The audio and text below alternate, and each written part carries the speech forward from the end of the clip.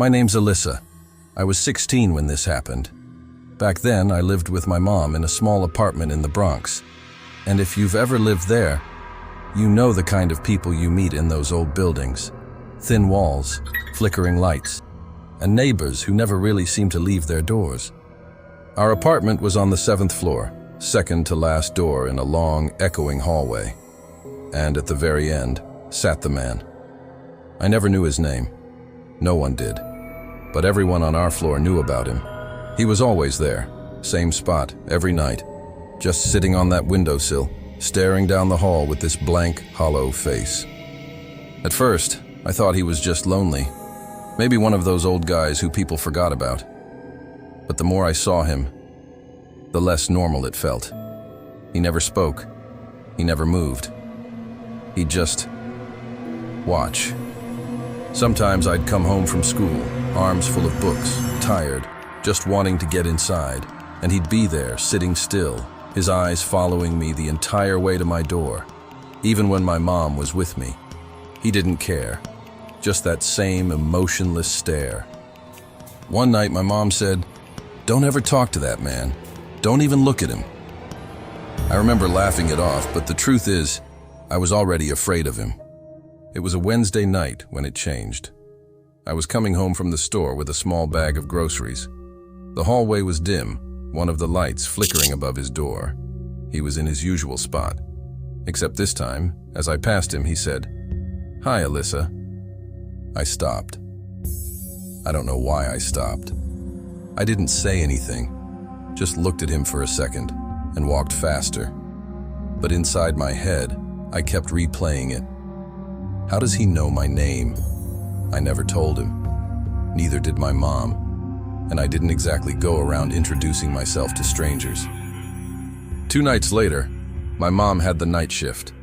That meant I'd be home alone until morning. That night, when I got back from throwing out the trash, he was sitting there again. Same spot, same stare. Only this time, he spoke again. "Your mom working tonight?" That's all he said. I don't know why, but I nodded. It just slipped out. He gave me this slow, quiet nod back. Didn't blink, didn't smile, just nodded.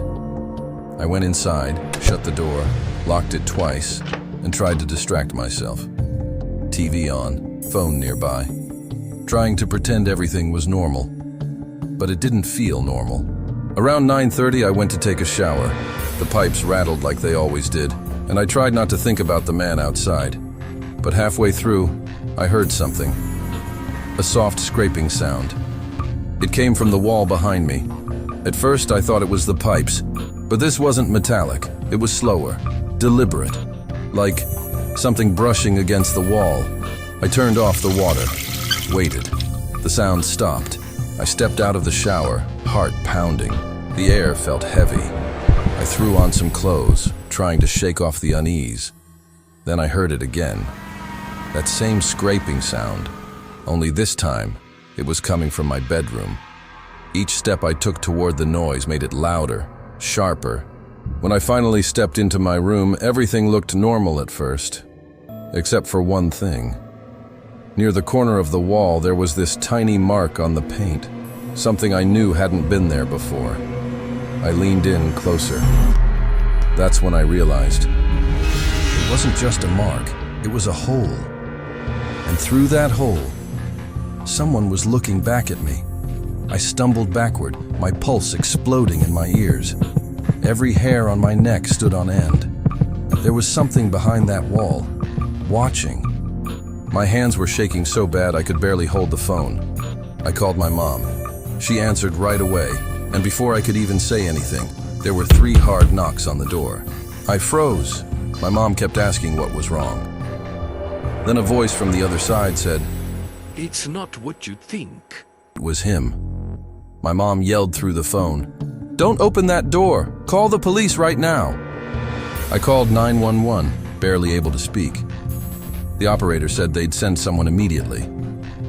I sat there, holding my breath, listening to the sound of footsteps walking away down the hall. 5 minutes felt like 50. Then I heard loud voices outside. Police. They were banging on his door. They took him out of the building that night. He didn't resist, didn't say a word, just stared straight ahead. We moved out 2 weeks later. New place, new start. But sometimes when the house settles at night, and I hear those faint scraping sounds in the walls, it all comes back.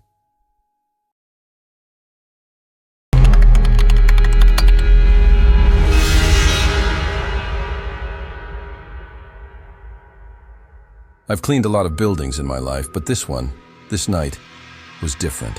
I work as a janitor at a commuter college. I won't say which one, for my own privacy and safety. My shifts usually run from 1 p.m. to 9. It's quiet most evenings, especially in summer when fewer students are around. That night, though, the weather was anything but calm. Thunder, wind, sheets of rain slamming against the glass, and me, alone in the activity center. It was around 7:30, and I was finishing up in the downstairs game room when the entire building went black. Total darkness, except for one dim red glow from the exit sign near the stairway. I called one of the other janitors. Power was out across the whole campus. Great. I figured I'd pack it up and head upstairs to lock up. That's when I saw it. A head peeking from around the stairwell, just watching me. Then it slipped out of view. "Hey!" I called out. My voice echoed down the dark hall. No answer. I hurried up the stairs, my phone light cutting through the black. The backup generators had kicked in, but the emergency lights were barely enough to see more than a few feet ahead. I started calling out again. "If anyone's here, you need to leave. The building's closing." Only the hum of rain and thunder responded. The hallway looped in a full circle around the main ballroom. As I walked, I heard faint footsteps behind me. Slow, careful, matching my pace. I spun around, standing under one of the few working lights. Nothing. Just an empty hallway and those flickering shadows on the walls. I kept telling myself I was imagining it. But that sound, those soft, careful footsteps, I knew I wasn't alone. I went on checking every room, classrooms, bathrooms, even the little theater, all of them completely empty. I finally made it to the front lobby. That's when I heard it again. Footsteps. Closer this time. I turned, and there it was, a figure standing just beyond the edge of the light, completely still, just standing there, watching me from the dark. "You have to leave the building!" I shouted. No reaction. Then, without a sound, the figure turned and bolted down the hall. My flashlight caught only a blur of black fabric before it vanished. I stood frozen. My breathing was too loud, my heart too fast. This wasn't a prank.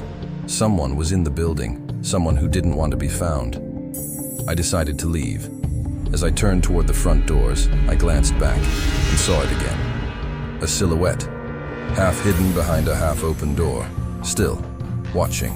I ran outside into the storm and called campus police.